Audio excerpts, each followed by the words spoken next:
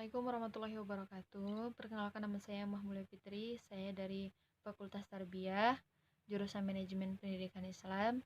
Saya di sini ingin mempresentasikan sedikit hasil komperi saya. Jadi langsung saja. Di sini ada 4 poin, yaitu ulumul hadis, ulumul Quran, ilmu tasawuf, dan fikih. Yang pertama kali yang saya ingin jelaskan yaitu tentang ulumul hadis. Yang pertama yaitu tentang pengertian ulumul hadis. Ulumul hadis adalah istilah ilmu hadis di dalam tradisi ulama hadis. Kata ulum terbagi menjadi dua, yaitu ulum dan al-hadis. Ulum artinya ilmu-ilmu dan hadis artinya perbuatan, perkataan, takrir atau sifat yang disandarkan kepada Rasulullah SAW. Ilmu hadis adalah ilmu yang membahas kaidah-kaidah untuk mengetahui kedudukan, sanad, dan matan, apakah diterima atau ditolaknya hadis tersebut. Yang kedua yaitu apakah pengertian dari sanad, matan, dan rawi. Sanad artinya tempat bersandar, maksudnya adalah silsilah tersambungnya matan sebuah hadis. Yang kedua yaitu matan. Matan artinya adalah isi dari hadis tersebut. Yang ketiga itu rawi hadis. Rawi adalah orang yang meriwayatkan hadis. Maka untuk mengetahui derajat hadis ini dilihat dari siapa perawinya, apakah ia dapat dipercaya dari segi keilmuan, akhlak, dan sebagainya. Yang ketiga yaitu lafaz dua hadis lengkap dengan sanad, matan, dan rawinya. Di sini yang pertama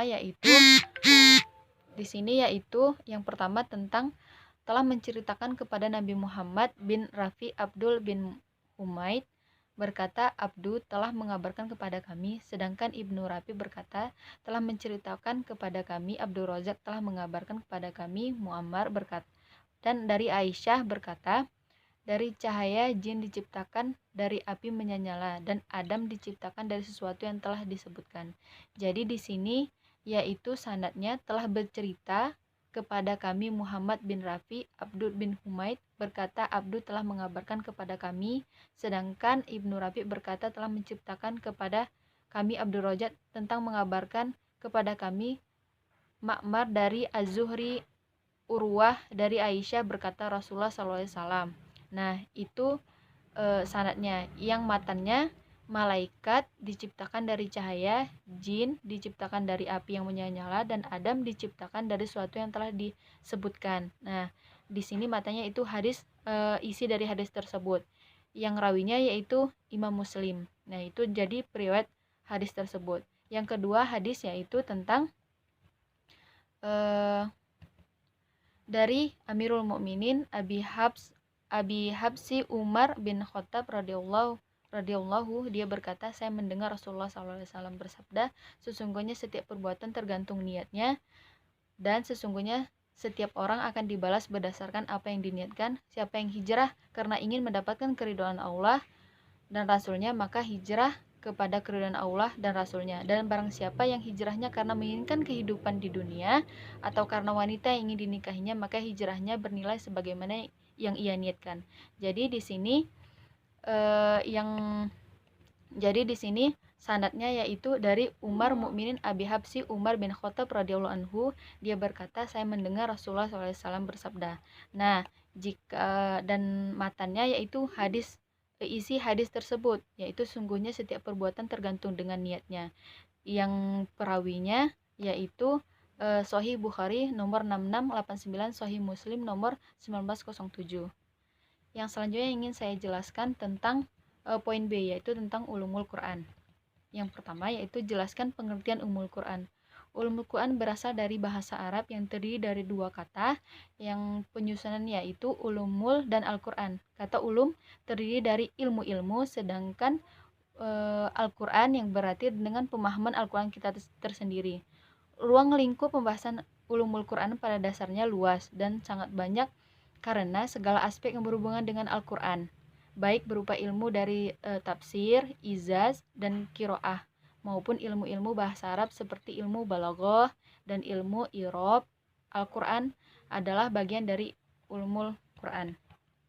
Bagian yang kedua yaitu apakah perbedaan dari ilmu tajwid, kiroah, asbabun nuzul, dan gharib Al-Quran. Yang pertama yaitu di sini kita ingin menjelaskan tentang ilmu ini, ilmu tentang tajwid, kiroah, asbabun nuzul, dan gharib. Sebenarnya ilmu ini menjelaskan tentang ilmu Al-Qur'an. Pada dasarnya semua menjelaskan tentang Al-Qur'an, tapi perbedaannya di sini tajwid adalah kata yang berasal dari bahasa Arab, yaitu jawada, yujawidu, tajwidan, yang artinya membaguskan bacaan Al-Qur'an kita.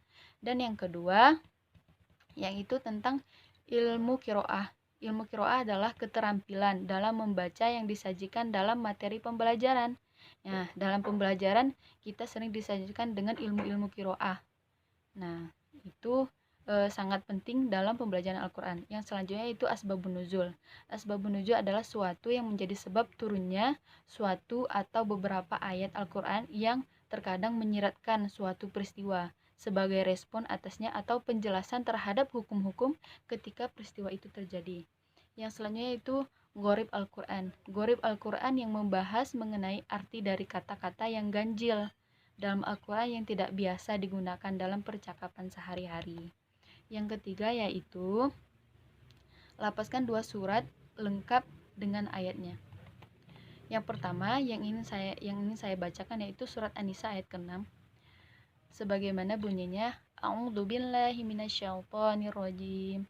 Bismillahirrahmanirrahim. Wabtalul yatama hatta idza balagun nakah fa in tastum manhum rusdan fad'u ilaihim amwalahum wala ta'kuluha israfa bidaran ayyakbura wa man kana ghaniyan falyasta'fif wa man kana faqiran falyakul bil ma'ruf fa id dafa'tum ilaihim amwalahum fashhidu alaihim wa kafa billahi hasiba. Nah, yang kedua yang ingin saya bacakan yaitu surah An-Nisa ayat ke-7. A'udzubillahi minasyaitonirrajim. Bismillahirrahmanirrahim.